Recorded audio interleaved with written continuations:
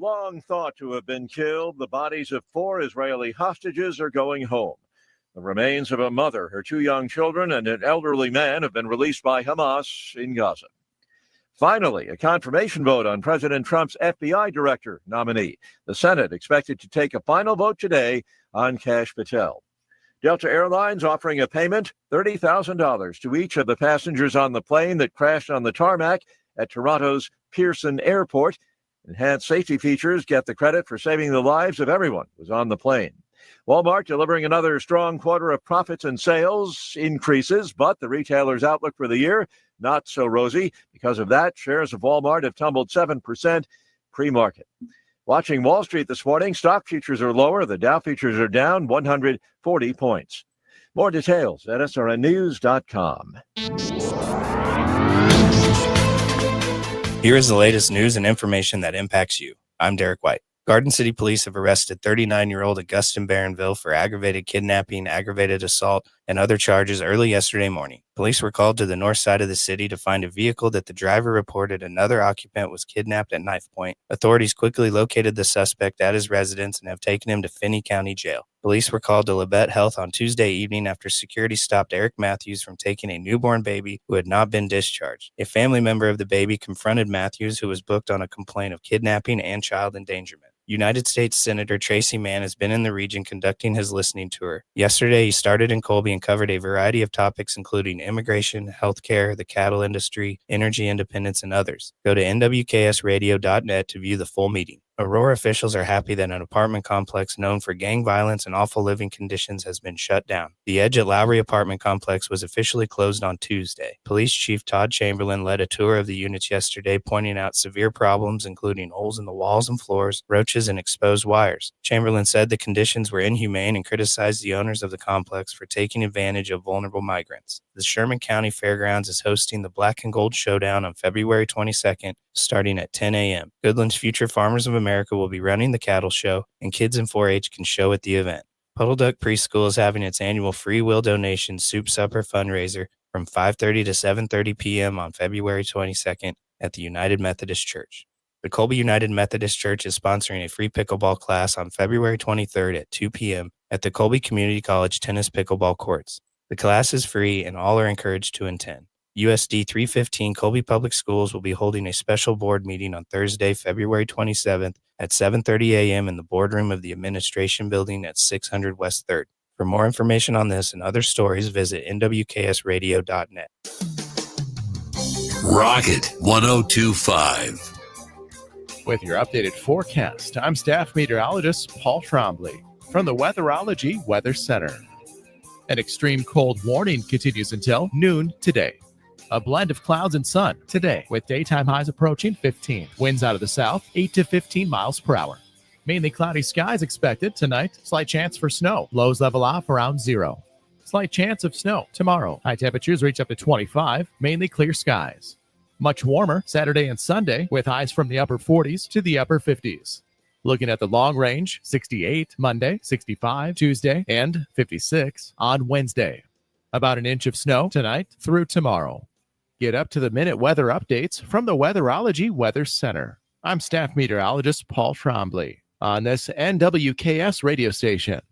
Right now, it's 9 degrees below zero. Farmers, what do you expect from your crop insurance agent and company? Knowledge, service, peace of mind knowing you have the coverage you need for your operation? This is what you deserve and more. This is what you have with Rain and Hail Insurance and the girls at the insurance agency in Goodland. Now is the time to stop by the office to review and change your coverage before the March 15th deadline. Stop in and see Roxanne, Susan, and Judy at the insurance agency, located at 1020 Main in Goodland, or call 899-5011 for your peace of mind. Looking for big savings on a powerful new ride? Hurl Chevrolet GMC in Goodland, Kansas has you covered. Right now, drive home a 2025 Silverado 2500 with just 3.9% financing for 60 months. Need space and style? Get $1,000 customer loyalty cash on a 2024 Chevy Suburban. Or grab a 2024 GMC Sierra 2500 Pro Diesel. Originally just over $67,000, now just over $56,000 with a huge hail discount. Swing by Hurl Chevrolet GMC in Goodland today or shop online at hurlchev.com. The Farmers State Bank of Oakley has been financing agriculture since the day we opened our doors. Hello, this is Corbin, and we are proud to be your locally owned partner in ag. We invite you to come and visit with us when you need to purchase new or used farm equipment, or need any type of agriculture or business loan. We have the knowledge, experience, and financial resources to keep you growing.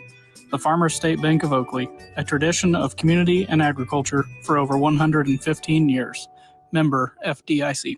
New year, new projects, and new deals at Hoover Lumber Ace Hardware. Start 2025 with a bang by tackling those home improvements. Refresh your space with vibrant Benjamin Moore paint or stock up on storage totes and shelves, perfect for organizing. Lumber prices are down, making it easier to tackle your next big project. Keep warm while you grill year-round with their top-notch grills and smokers from Traeger and Weber. And don't let the snow slow you down. Check out their great selection of snowblowers from Ego and Toro. It's Hoover Lumber Ace Hardware with locations in Goodland and Colby, your partner for a productive new year.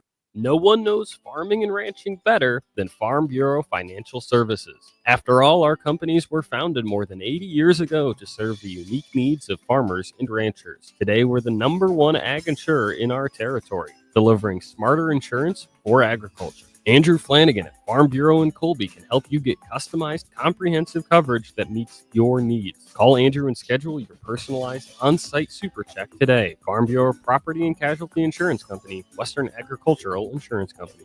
Are you ready to add a touch of sparkle to your life? Look no further than Zimbelman's Jewelry, your local hometown store. At Zimbelman's Jewelry, we believe that every piece of jewelry tells a unique story, and we're here to help you find the perfect one to cherish forever. From stunning engagement rings that symbolize eternal love to exquisite necklaces that complement your style, we have a dazzling collection to suit every taste and budget. So come visit us at Zimbelman's Jewelry in downtown Burlington today and discover the magic of jewelry that celebrates life's precious moments. You ready? Ready? 1, 2, 3, 4! It's time for the Morning Blitz with Ross Volkmer. There is a benefit to building a team and keeping it together for the length of time. But that does not happen anymore because of the portal and NIL and money. And Max Gershon. I'm a very confident Chiefs fan. Sometimes I'm very pessimistic as well. The High Plains only local sports talk show, broadcasting live on Rocket 102.5 and streaming on YouTube, Facebook, and X. Who's got it better than us? Nobody! Covering it all from the preps. He throws it up for Cure. Lincoln makes the catch, and he's running down the sideline. Nobody's there. 15, 10, 5. Touchdown, Goodland! To the pros. Bases loaded. Rockies down a run. McMahon drives it. Deep right field. How about a walk-off grand slam? The Blitz is presented by Pearl Chevrolet GMC, Hoover Lumber Ace Hardware, and F&B Bank, along with the Insurance Agency, the Farmers State Bank in Oakley, the Cowboy Corner Express, and Equity Bank of Hoxie, Quinter, and Grinnell. Let's go to work. Threw a bad pass, didn't look comfortable with the ball. Haig 2-on-2 with Nisley. She'll challenge Peyton Scott. Her driving layup is good, and we're tied. And Lincoln on a Callan Haig layup. Middle, left wing Moss. Moss sets his feet, fires a three, hits it. Open three, Raheem Moss knocks it down. 5:13 to go. Davis with a steal to the other end. Nelly throws it down. Arkansas is within 2. Sends it left side. Powell, catch, shoot, 3. Bingo! He got it with 2:50 to go. Jonathan Powell, the Centerville, Ohio native, bangs one in against the Cincinnati Bearcats. 6 shots when he's contested. He hasn't been very good. LeBron! Look out! Look out below! And good Thursday morning, everybody. Off and rolling here on this February the 20th. Glad you could join us here on the Morning Blitz. No matter what we are doing so, NWKSradio.net, Goodland's Rocket 102.5, the Hurl Chevrolet GMC video stream. Thank you so much for making us part of this Thursday morning. Once again, another cold day on tap today, but it will be warmer than yesterday, 16 degrees. I think we're going to start kind of doubling up here. I think, what was it yesterday, the high? Was it like 8? So now we go to 16, and then we'll double that again and get to like 30 tomorrow, and then we'll double that again, and we'll actually be at 66 by this coming Monday, which means Max can be out on the golf course then at 66 degrees. So we can do that. That's what it's looking like at this point in time. But hope everyone's having a good start to your Thursday morning. We got a full show ahead today. As always, you'd like to be part of the Morning Blitz. We'd love to hear from you through the F&B Bank text line at 785-899-2222. Or, of course, if you'd like to chime in through Facebook, YouTube, or X. You can do so as well, like producer Papa Gershon has. He's in Naples, Florida today. What is he down there for spring training? I don't know, honestly. I don't know what he's down there for. Golf Let and us know, Papa. baseball, probably. Golf and baseball. Definitely golf. He's golfing down there for sure. He's got to be down there for some baseball. I mean, spring training's getting rolling. He's got to be down The there. Royals aren't there, though. So who cares? You can go watch the Cardinals or somebody else that's over cares. there. He cares. If he was going to spring he training, he won't watch any other team. he will. But if he was going to spring training, he would go to the Arizona. Well, see the maybe Royals. it was a golf trip. Then he's like, while I'm down there, we'll just catch a game. It could be.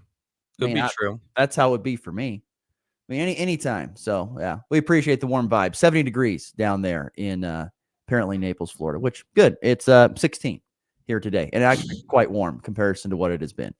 But anyway, glad that everyone is with us here on the Morning Blitz. We will have James Westling of Big 12 Today join us coming up here in our second segment. We will get into some basketball from last night in segment 3, and what to also tonight with Colby Community College back in action this evening, and a high school game as well here on a Thursday. And then an interesting story in the walk-off that I'll just let Max have because I could care less about that whole guy and his family. Nonetheless, it'll be perfectly fine. Tonight, a very, very big night tonight with the Four Nations face-off coming to an end. The championship is tonight as you have the USA and Canada squaring off. And it's amazing to wake up this morning and scroll through Twitter and the sports world and have everybody almost talking about it. It is super, super popular, is this Four Nations face-off. And it's amazing to me. This was just an idea that was cooked up by the NHL and Gary Bettman saying, well, what can we do to make our All-Star weekend better? How can we do it? How can we find a way to draw eyes? And they come with this idea, well, let's get the Four Nations together and that have the most NHL players on them. And let's square off because we haven't done this because they didn't get to do it, of course, in the Olympics the last time. They will get to do it, I think, next year's when the Olympics will meet up in the Winter Olympics, and so they can do it there. But they hadn't had it. So it kind of was a perfect storm a little bit that they got so much engagement because there just hasn't been, World Hockey Champions for the professionals. They've had them for the juniors, but not for the professionals like the Olympics. And so they really hit a grand slam with this. It's amazing to me how many people are going to be tuned in to tonight's game. And they're expecting, there are people saying that the ticket selling for this final at TD Garden in Boston is going to be the same price or close to the Super Bowl. So like $2,000 a ticket. That's ridiculous. Absolutely ridiculous for an exhibition to an extent between USA and Canada in hockey. Absolutely nuts. And I'm interested. I think it's interesting because I wonder how much of an impact this all had when Canada started booing America's national anthem. That stirred the drink. Right? That did. It had to have, and I think it boosted the viewership a lot in American cities and American viewership for sure. You think the U.S. is going to boo "Oh Canada"? Oh, for sure, especially in Boston. Boston tonight, they're going to do it. They're going to do it. But at least you'll hear it. I don't know if everyone will do it, but you'll hear it. You'll hear it. I think everyone's going to do it. I feel pretty confident you're going to hear it. But I think that really, because you know how it is. If once people got word that they were booing the national anthem, it's on. Like everyone's tuning in. Like, all right, we better destroy these Canadians, or they're letting our country down. So it's also interesting to note that obviously, what would this look like if Russia was in there? Because they have a lot of hockey players, but they weren't allowed because of the war that they're in by the International Hockey League. So that would also make it interesting. So yesterday I was watching a television program and they had Gary Bettman on, who of course is the commissioner of the NHL. And he said that once again, we got these 4 teams in here because once again, we think they are, they have the most talent. And of course, Russia would be in that same deal, but these are the 4 teams that we went with. But our hope is, and I think he said, I'm thinking it would be 2020. Would it be 8, maybe 28, that they are going to do this again with more teams, have more teams in it. It won't just be a 4 nations face off. It'll be a bigger one. with, I don't know, maybe 8 or I have no idea. But he said it would be with more teams. So I don't know. I mean, they have to love this. I mean, it's been successful. Now, once again, I don't know if it would have been as big of a hit if USA and Canada didn't have the dominant or weren't the 2 top teams and were playing for the. I don't know if it'd be as big a Oh, success, definitely not. but it works out this year for them. That's for sure.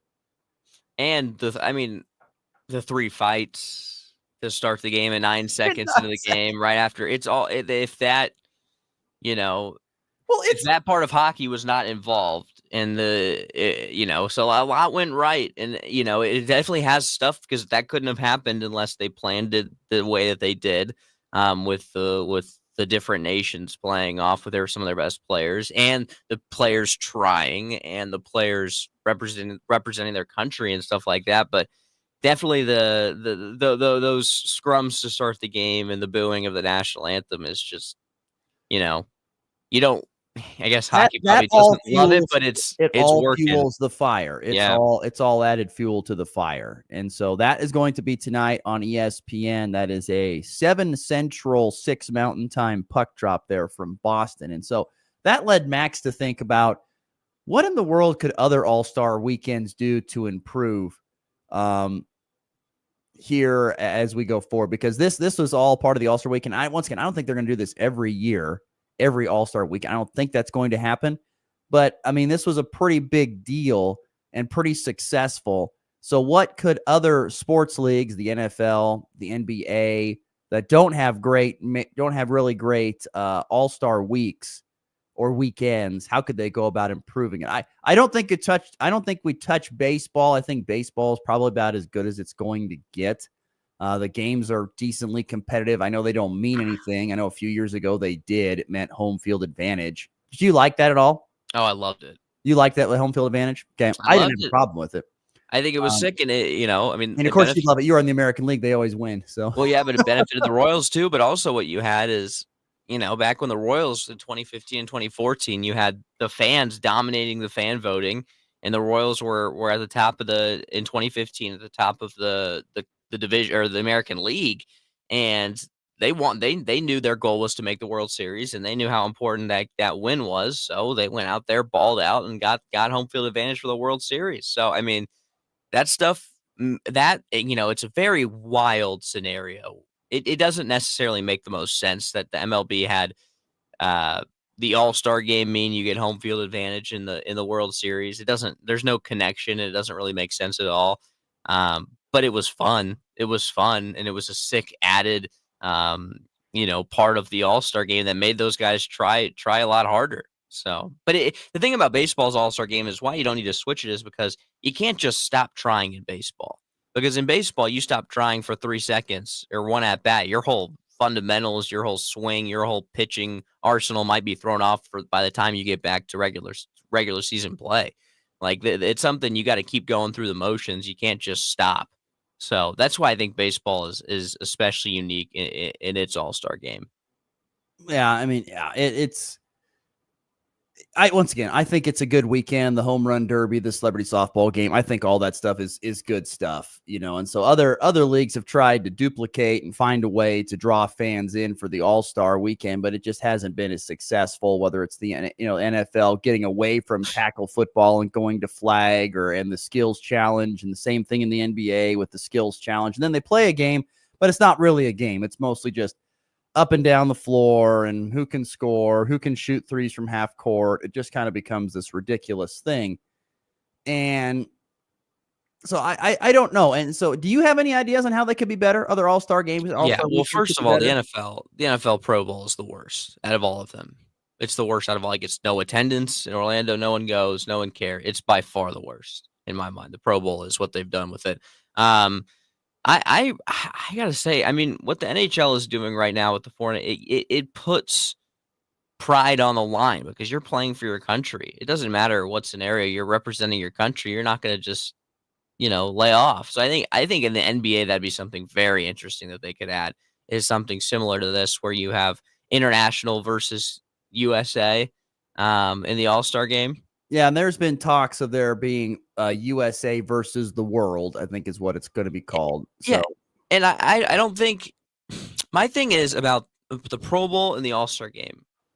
I think that they're the way they vote and the way that obviously if you're named to a Pro Bowl roster, it should still hold meaning and stuff like that. And the way you're voted into the All-Star game, that should still hold. But I don't necessarily think that based off of those votes and based off of those games that you necessarily need to play a game with those teams. You know what I mean? I don't think that if you're going to do a USA versus national or versus the world in basketball, obviously you can't guarantee there's going to be enough to fill both teams in the All-Star game. So I don't know. Maybe you vote the same way, get the regular All-Star list, but you go away from the actual game itself of just playing with the All-Stars and go to something like USA versus the world in the NBA, because I think that would be very entertaining, because there's a lot of arguments of European basketball players kind of dominating the NBA right now. They are. So it would be interesting. I mean, once again, it could. It just depends on what you're going to do, I guess. I just don't think it matters anything more to be an all-star. I don't think it matters to be an all-star. Right. That's why. But that's the reason why I just don't even know if you even need an all-star weekend, or have a mid-season break. Take 5 days, take a long weekend or something like that, and come back and play. Don't even have an all-star break. Think about it. I mean, LeBron is an all-star. He didn't play. He sat out. He's dealing with some injuries, and so he doesn't play. Okay, fine. I mean, that could happen in the world. That could happen in the world thing. That's the amazing thing about this game tonight, is that the U.S. is going up against Canada, and U.S. is banged up. They're hurting. They've got some guys that are not going to be playing at full strength, yet they're out there playing. That's the amazing thing. And I don't know if I can see the NBA doing that. I just can't.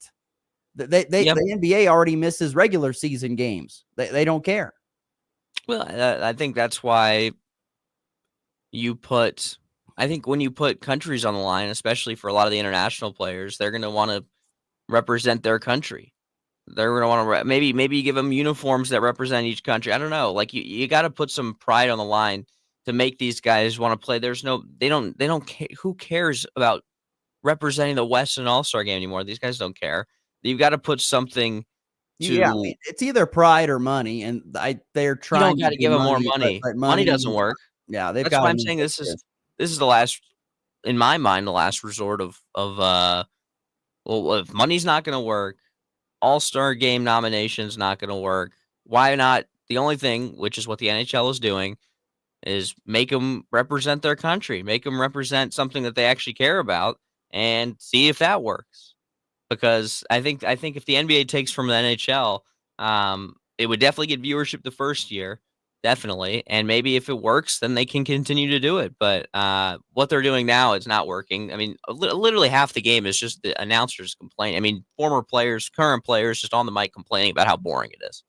That's half the game in the NBA All-Star game. So it's something's got to change, and I'm sure they'll change it in the offseason. It just depends which way they go. Do they want to make it more fun, more crazy and away from basketball like the Pro Bowl, or do they want to make it more serious and more intense basketball? So I don't know. I just think you do away with All-Star Weekend and all that stuff in the NFL. You don't need it. I just think you just forget rid of it. It doesn't matter anymore. You can have an all-pro team or a first team all-pro squad and just hand out, plaques or awards or whatever, but there doesn't need to be any all-star game. I honestly think you can fix All-Star Weekend in the NBA because I don't know, once again, if they'll play that much. I think you just get rid of it as well. You just get rid of that All-Star game. I mean, if players don't care, then it just doesn't matter. So just get rid of it. Here's what you do. You take out a few of the regular season games. This is how you make things matter more and you get people to play more. You've oversaturated your product. You have way too many games to play, and I believe this in baseball and in the NBA. 82 games is way too many in the NBA, and 162 is way too many in Major League Baseball. That's my opinion. I believe it is way too much. Unsaturate that, back off the number of games, make them count more. Take 20 games off. Make it a 66-game season. Make it a 60-game season in the NBA. Take off 20 games. Let's see what happens when it's more of a sprint than it is just this long run.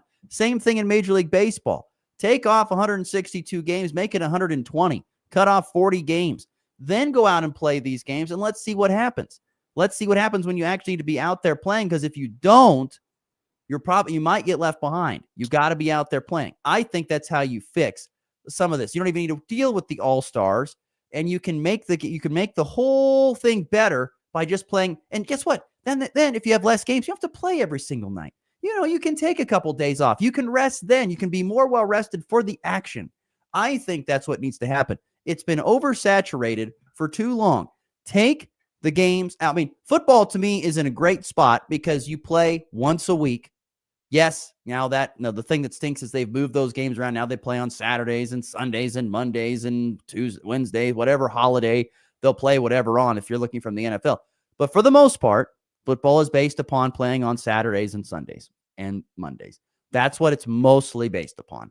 And it's once a week type deal. I'm not saying you're going to play basketball once a week. I'm saying maybe you're going to play 2 or 3 times a week at most. Get more rest time, whatever it may be. Spreading out the season makes it a little bit better and makes things matter more in the regular season, because you can't just hope, we'll just hang around, we've got 20 games, to whatever, because just as long as we make the playoffs. Now you got to play. You know how else you make it better? You limit the playoffs too. But that will not happen. You cut down on the number of teams because they just keep expanding the playoffs. But you cut down on the number of teams. That'll make you play harder. the playoffs, everyone makes the playoffs in the NBA. I mean, there's 8 seeds, and then there's 4 teams that make the play-in.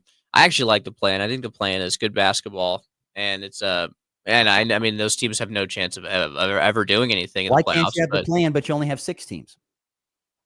My point is, well, they do. Well, so it's not spots, and then you have 2 spots for the play-in. You do. That is what it is. That is what it is.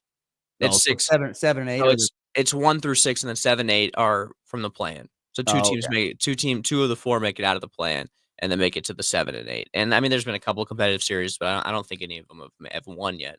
Actually, no. The Miami Heat beat the Bucks. So, but regardless, I don't know. The problem I have with that is 162, 82, that's history. At a certain point, get over history. Get over it. They're talking about expanding seasons. The NFL has expanded seasons. They have there's more games now in the NFL than there ever were. Get over it. It doesn't matter. It does not matter. So you're over entertainment over history. Yeah. Okay. I just don't think some people agree with that. That's fine. That's why it's my opinion. Right. You have your I get it. I just think Jared on the text line agrees with me. Brian on the text line agrees with me. That's our opinion. That doesn't mean everybody else thinks that. I know there's the baseball people out there that, there's history. Guess what? They didn't used to play 162 games. They used to play, what was it? I think they played 120, didn't they? And then they expanded the season. So, they didn't care about history then. Yeah, you could back it back down. You can make it less. Make games matter more. Stop making it oversaturated. Because guess what? Your product suffers because fans don't tune in because there's too many. I missed that game. It doesn't matter. No, you got to tune in. You got to watch. And you also add in the fact that you can also, with the oversaturation, players say, well, we don't need to play this game because it really doesn't matter. You fix that. It's gone. It's taken care of. Yeah. I don't know. Football is at a spot where people are going to watch that more than anything else, no matter what happens. No matter what happens, football. And people are going to watch the NFL more than college football. They're going to watch it more than the MLB. They're going to watch it more than the NBA. There's MLB had better viewership last year. So I think there's other way around it. I don't totally disagree that there needs to be shorter seasons, and I get what you're saying that there should be games should matter more.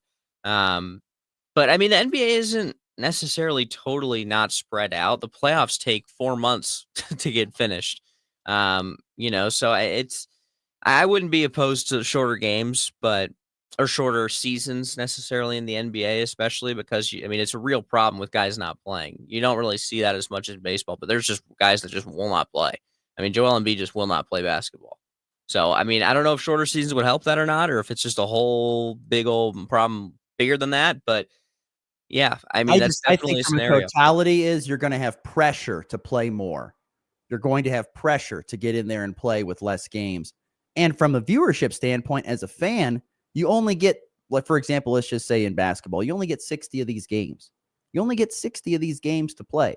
So once again, you're cutting off 20, 22 games. You cut it down. All of a sudden, you've got to be on your screws to be, to make sure that you're going to make the playoffs. Same thing with baseball a little bit. Right. But it is kind of nice to have, as a fan, have something on every night for basketball or baseball. Guess what? That's the thing. Do you have to watch your team every single night? No. No, but the average fan is only going to watch their team play. Okay, but so what? So what if you have a series that plays? What if you have a 3-game series Friday, Saturday, Sunday, and then you have another series that comes up?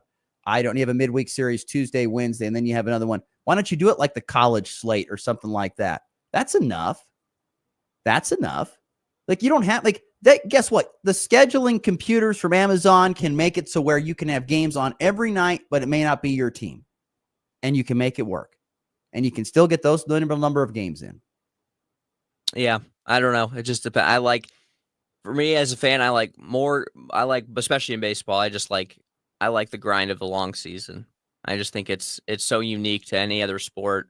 And I think that's just such a big part of baseball. I just think I think the problem with baseball is that they start it in April, which is fine. But, the northern teams are dealing with snow and extreme cold weather. And by the time the season ends, you're dealing with snow and extreme cold weather because you're in, October, and heck, even into November sometimes. You're pushing it so long. So my point would be, and my biggest thing with baseball is I think it's only good for, you have great involvement and excitement and stuff early on in April and May, and then you get to June, you're like, okay, still good. July, all right. You get to mid-July, then through August, it becomes the dog days of the baseball season. It really does. And people are turning their focus to football then. That's because you said it just a minute ago, football is always going to get more eyes and viewership by else. Well, guess what? Football gets rolling in August. That's when eyes go away from baseball and turn more to focus on football. That's the truth. Now, you can fix that by shortening the season. Now you start playing your games in April, which is fine. But guess what? You get to August, and that's when the regular season starts to kind of wrap up and you begin postseason play. You keep the weather nicer so that it's over. It's not playing in October, maybe playing in September. You get the season done a little bit sooner. You keep the eyeballs on your people. I don't really see a lot of problem with it. Yeah, I guess. I mean, I get what you're saying, but I'm not even an old-fashioned baseball fan because I like changes. You're a purist. Baseball, but I just like baseball the way it is. And it's hard for me to go away from the way it is because it's what I've grew up with. And I'll always watch baseball every night. And, so it's tough for me to go away from that, but I don't know. I don't know if it'll change with Manfred. I mean, it'll have to be a new commissioner that comes in and changes that stuff because they probably will never touch this. They'll never do what's probably right. No, to me, this is what needs to happen to be better, but they probably will never do that. They won't do that. But if you want to know what's going to make the games better, you shorten the seasons, you make them more impactful, every single game more impactful. That's how you draw people back in. You don't drag it on for forever so that when you get into August, you're like, oh, good Lord, thank God football's here because baseball, I've seen enough of that. We're good. Some people, though, they're drawing more audience. Viewership was up last year for Major League Baseball. Well, they need to do something because it was in the garbage can. It was for a few years, and I mean, they did that by baseball doing a couple of right things. They picked up the pace of play with the clock. They made the bases bigger, so they made people steal more.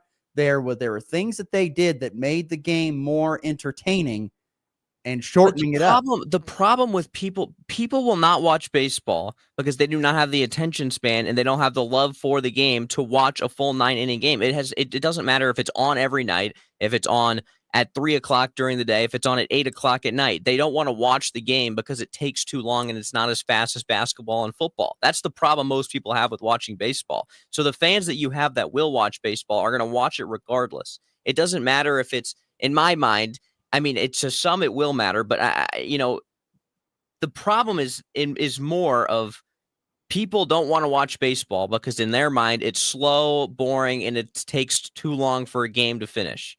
And that's what a lot of people that turns them off about baseball. It's not that this game doesn't matter because there's 162. It's more of, I just don't want to watch this because it's too slow of a sport. I think that is a bigger problem for a lot of people than just the amount of games during a season. It's a sport that you don't have to sit down and watch constantly, which is why radio is king of baseball, because you just have it on in the background. You tune in and listen from time to time. It's not one of those sports you are going to watch constantly unless you, once again, you are extremely invested into your team. You're just not going to. So it's, like I said, we have to get to a break. James Westling is going to join us coming up here in just a moment, talk some Big 12 basketball. But I believe, once again, you can get rid of all-star weekends and you can just play through them by shortening up the seasons, and then you just push on through. That's what I think. I think that's how you make it better.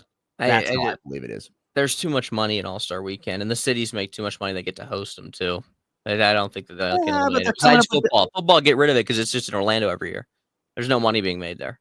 No, like I said, I just they'll find other ways to make money. You know, they've moved the draft around to do that. They'll find other ways to make money. Yeah, but it's more money. Once again, they will not do this, but it's what should be done, in my opinion. It's what should be done. All right, let's get to break. James Westling joins us next here on the Thursday edition of the Morning Blitz. Your Cheyenne County Hospital in St. Francis offers you a quality rehabilitation department. This includes a variety of staff that provides physical therapy, occupational therapy, aquatic therapy, speech therapy, and women's health. To schedule an appointment, call 785-332-2104. Again, that's 785-332-2104.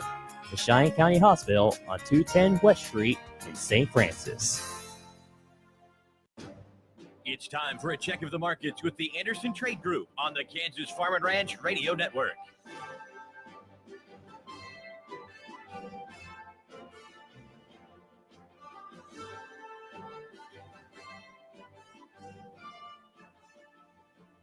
Good morning, this is Keith Thompson with the Anderson Trade Group. Today is Thursday, February 20th. On the overnight last night, March corn higher 3 1/4 at $5. May up 3 1/2, 5.15 3/4. July up 3 1/2 at 5.18 3/4. September corn up 2 at 4.81, and December corn up 2 cents at 4.78 1/2. March soybeans up 8 at 10.39 3/4. May up 8 1/2 at 10.56 3/4. July up 8 1/4 at 10.72 1/4. August up 7 1/2 at 10.70 1/4. Chicago wheat, the March contract higher a cent at 5.93. May up 1 1/4 at 6.07 3/4. July up 1 at 6.20 3/4. September up 1 at 6.35 1/4. Kansas City wheat, the March contract higher 3 1/2 at 6.17 1/4. May up 2 3/4 at 6.29. July up 3 cents at 6.41. September up 2 3/4 at 6.54. On the stock market this morning, the Dow down $153 at 44,558. The S&P down 17 at 6,145. Gold higher $15 an ounce at 2,951. Crude oil up 35 cents a barrel at 72.60. If you have any questions about marketing grain and would like to talk about risk management options, give our Colorado office a call, John Hankey or John Stiles at 970-744-4484, or in our Kansas City office, myself, Tom Fulo, Jared Law, or Tyler Ghosh at 913-748-3000. The Anderson Trade Group, proud market partners with Kansas Farm and Ranch Radio. Find out more at andersongrain.com. The risk of loss through trading futures and or options is substantial, and each investor and or trader must consider whether this is a suitable investment. Past performance, whether actual or indicated, is not indicative of future results. The Anderson Trade Group has no guarantee that the advice given will result in profitable trades. Our farmers feed us all. For generations, they've done what's best for the land. So why is the litigation industry threatening Kansas farmers' go-to crop protection tool? Without glyphosate-based herbicides, crop yields will drop, costs will soar, and we'll all see even higher grocery bills. Farmers need to be supported, not controlled. To keep glyphosate available in our state, go to TakeControlKansas.com. Paid for by Modern Ag Alliance in support of Kansas farmers. Kansas Corn reminds you that E15 fuel is the right choice for every kind of driver. For the car enthusiast, E15 has higher octane. For the thrifty driver, E15 is priced lower than regular unleaded. For the nature lover, E15 provides cleaner air. For the shopper who buys local, E15 has more ethanol from our Kansas corn farms. Choose E15 for a higher octane, lower price, and cleaner American fuel. This message from the Kansas Corn Commission. Learn more at kscorn.com. All the sports you love, all in one place. Ooh, this will come in handy. This is the Morning Blitz.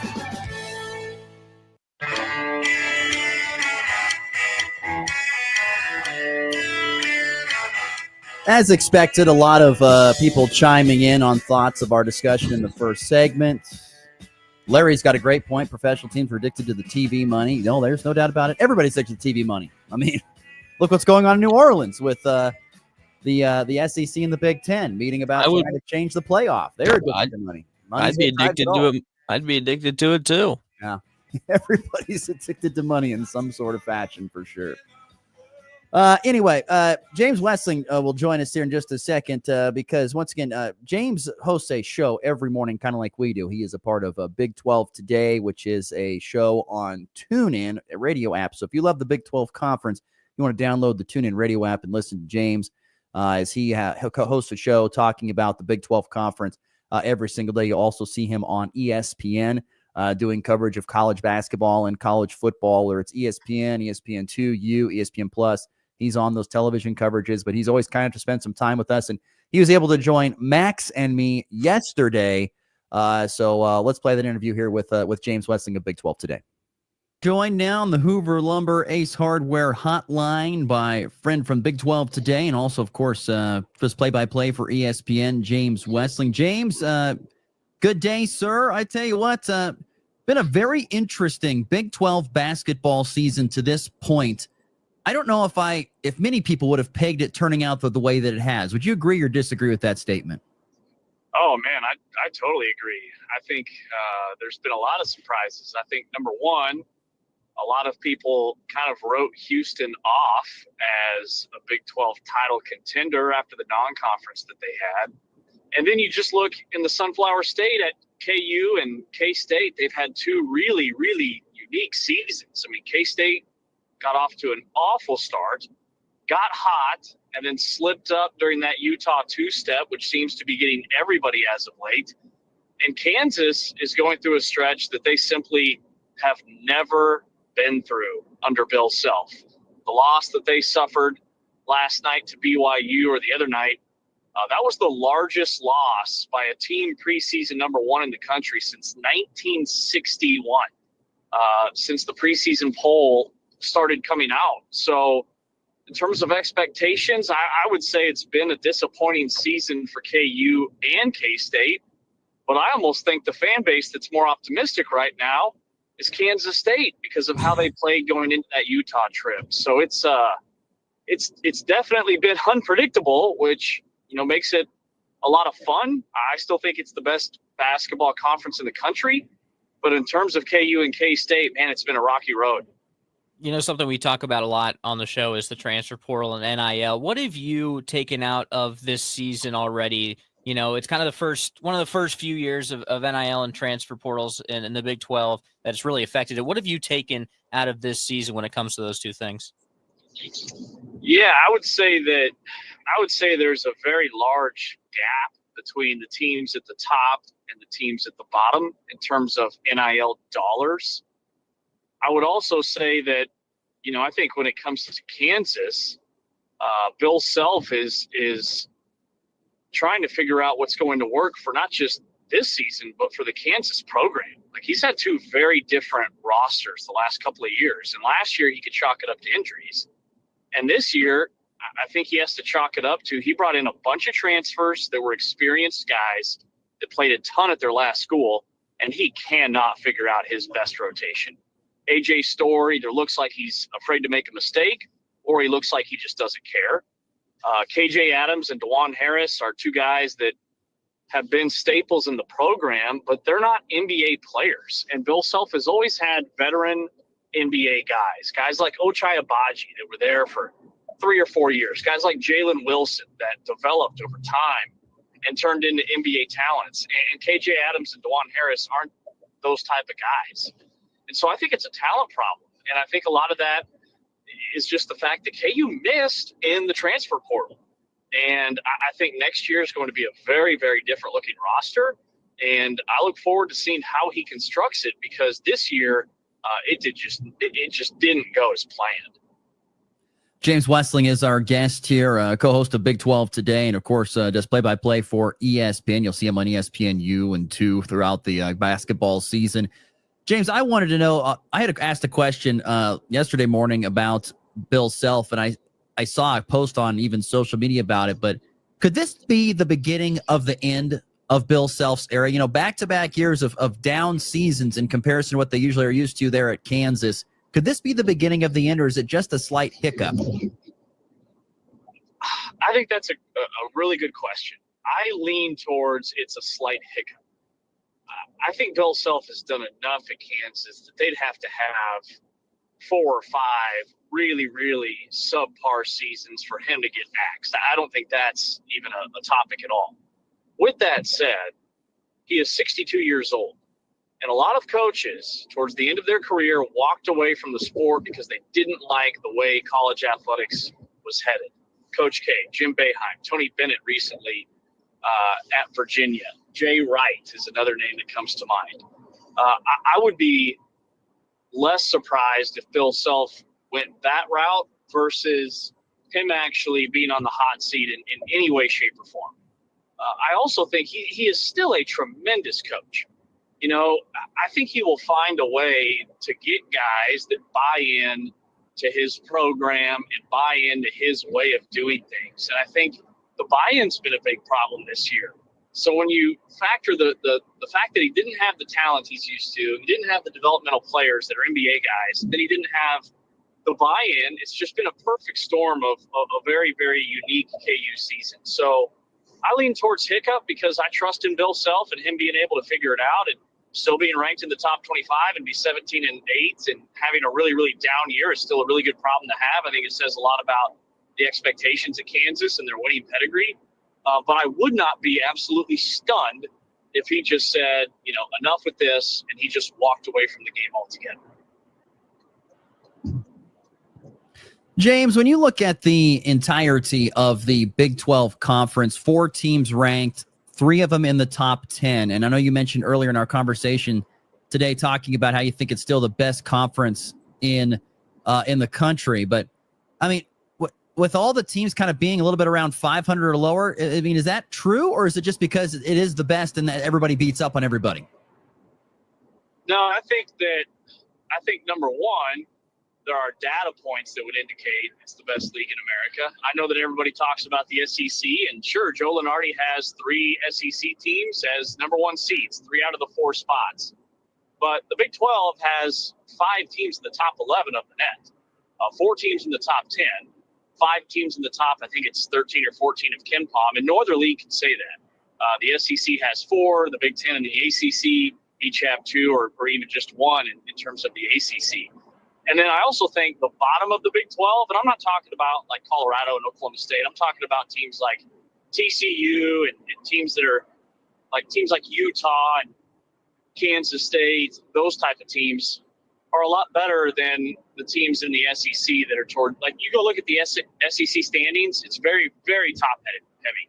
There's a much larger gap in that conference when it comes to the teams at the top and the teams at the bottom. And so that's why I say that. And also, like, you know, I've seen Florida, I've seen Texas A&M, 2 teams ranked in the top 10. I had both of their games on ESPN networks. And then outside of that, I've done all Big 12. I can tell you that the Big 12 has teams just as good as those teams.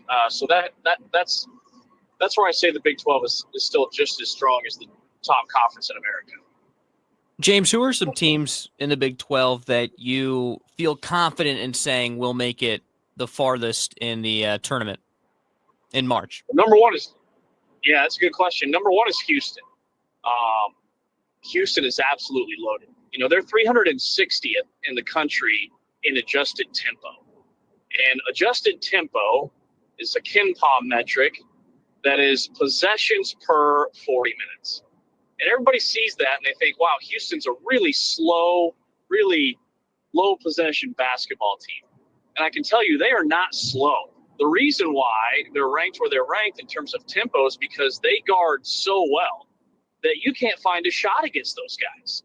And so each and every possession down the floor, they're making the opponent use almost all of the shot clock, and that slows the game down. And Houston is a very capable team in transition. They're actually very efficient in transition. They get a lot of offensive rebounds, and that's where they just want to grind you down to get an easy basket. They also have depth. They have, they've had their injuries early enough in the season, whereas last year it all kind of came crumbling down either during or right before the NCAA tournament. They had like 3 of their top 8 guys out. This year they lost Emmanuel Sharp and Javier Francis for a little bit, but both those guys are back. So I think the fact that they're healthy and just how good they are, I definitely like Houston. The other team is Arizona. My concern with Arizona is they're not a good three-point shooting team. And in the NCAA tournament, chances are you're going to play teams that are. They have length, they have depth, but they don't shoot it very well. So that's a little bit of a concern. Iowa State, I just think is rock solid. They don't do anything that blows the doors off you, but they also don't make any mistakes. So I really like that team. And then Texas Tech, even though they lost the other night at TCU, I think that was just fatigue. They had a double overtime game against Arizona State, and then they crushed Oklahoma State. And they had to go on the road again just a couple days later, and I just think they were tired. That is a very connected, very, very good shooting team, very good rebounding team. It's off to their best start since they've been in the Big 12 Conference. So those are the teams I look at that I think could all make really deep runs come NCAA tournament time. James Westling, our guest here from Big 12 Today, and also, of course, of ESPN. We've talked about Kansas probably being the most surprising team on the bad side of things this year for the Big 12. Who's the most surprising team on the good side? I would say I don't think they would have been a surprise before the season, but after they started 4-5, I think Arizona's in that conversation. I also think Texas Tech is definitely in that conversation. I mean, I don't think anybody saw them getting off to their best start in Big 12 play in their program's history. So I would lean those two teams. BYU is getting a lot better. And BYU, even with all their rich history and pedigree and David Rose as head coach and then Mark Pope and now Kevin Young, they've had really good teams, but they've only been past the round of 32 one time since 1972, I believe. And I think this year's a year that in terms of just their depth and their talent and their shooting, and they're finally starting to defend, they have an NBA-type roster that is talented enough to make a deep run in the NCAA tournament. So, if I had to pick between the three, I'd probably go Texas Tech, but I think those are 3 strong candidates for really good basketball teams that are far exceeding where they were picked preseason in the league. Do you have a team that's not one of the top 4? Like Max asked about, of course, having a deep run. Who do you think could play a surprise, maybe steal a game in the first round or something of one of the last teams of the Big 12 to get in? Well, if Kansas State gets in, I think Kansas State's very capable of that. When they're dialed in, they had a stretch of 6 or 7 games, whatever the win streak was officially, where they were the number 1 best team in the country. And I think, it wasn't just the results in terms of wins and losses, but all the metrics: effective field goal percentage, defensive rebounding percentage. They were playing really well. And so that's a team that I think if they got in, which I still think they can, but they need to get hot again and maybe get 2 games at the Big 12 tournament in Kansas City. If Kansas State gets in and they're one of those play-in games, every year since the inception of that play-in game, somebody from that play-in game has made the round of 16. I think Kansas State could potentially be that team, or I at least think that they're the team from the conference that has the pieces to make a deep run that nobody's expecting. I also think Baylor, maybe. BJ Edgecombe is just so talented, and Robert Wright is so talented, but they are so thin on the inside. They just have no front line. They have Omier on the inside, and that's pretty much it. He's their only post player. They've had injuries to Ojan Wuna and a couple of other guys, but the NCAA tournament's also a very guard-oriented tournament, and so Baylor has the guards to compete. So those are the 2 teams that kind of stick out. West Virginia's slumping a little bit, and then all those other teams we talked about, it's not really going to be a surprise if they make deep runs, which I definitely think they can. So just to be clear, you would say that what does K-State have to do in your mind to have a chance at the tournament? So when we were looking at their schedule, we all kind of, I guess the benchmark that we had was they needed to win 8 of their final 10 games. And they've lost 2 to Utah and to BYU. So for them to have a chance, I think they need to run the table the rest of the way in the regular season. And I think when you look at their schedule, it sets up for them to have a chance in just about every game. And I think that regular season finale in Manhattan against Iowa State, home game for K-State, that could be the game that if they win that one, they could be on the right side of the bubble. But I think they needed to win 8 of their last 10, and they've lost 2, and they've won all the others. And they've won some others against teams that they weren't expected to beat. Arizona, Kansas. It really all started with that huge road win at Iowa State. Even with their Utah losses, Joe Lunardi still has them as part of his next 4 out, which means there's probably 5 or 6 teams that they need to leapfrog to get into the tournament field. And if you run the table the rest of the way, the committee's going to look at who's hot and who's not. And then I think they would need to win a game and maybe 2 games in Kansas City. I know they're only 500 at 13-13, but with their strength of schedule, and they're 5-1 against teams in the top 25. They have the best winning percentage in the entire conference among top 25 opponents. So I'm saying all that to say that I think K-State could get in being just 3 or 4 games above 500 when you look at their overall record because of their strength of schedule and because the committee's going to put more weight on these wins in February versus the losses that they had way back in November. He is James Westling of Big 12 Today and, of course, also ESPN. James, where will we wanting to tune our televisions to this weekend to see that beautiful mug of yours? Oh, man, it was a wild week last week. I had 3 games in 5 days and worked in 4 different states in a 4-day window and was on ESPNU and then ESPN Plus and then the main ESPN.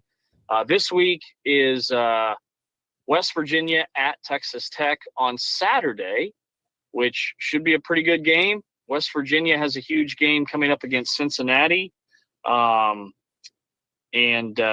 Texas Tech is always really, really good at home. So, every game in the Big 12 this time of year seems to surprise us in some way, and I think Saturday will be no different. James, thank you so much for the time, my friend. Be well. We'll talk soon. Okay, guys. That sounds great. Thanks for having me.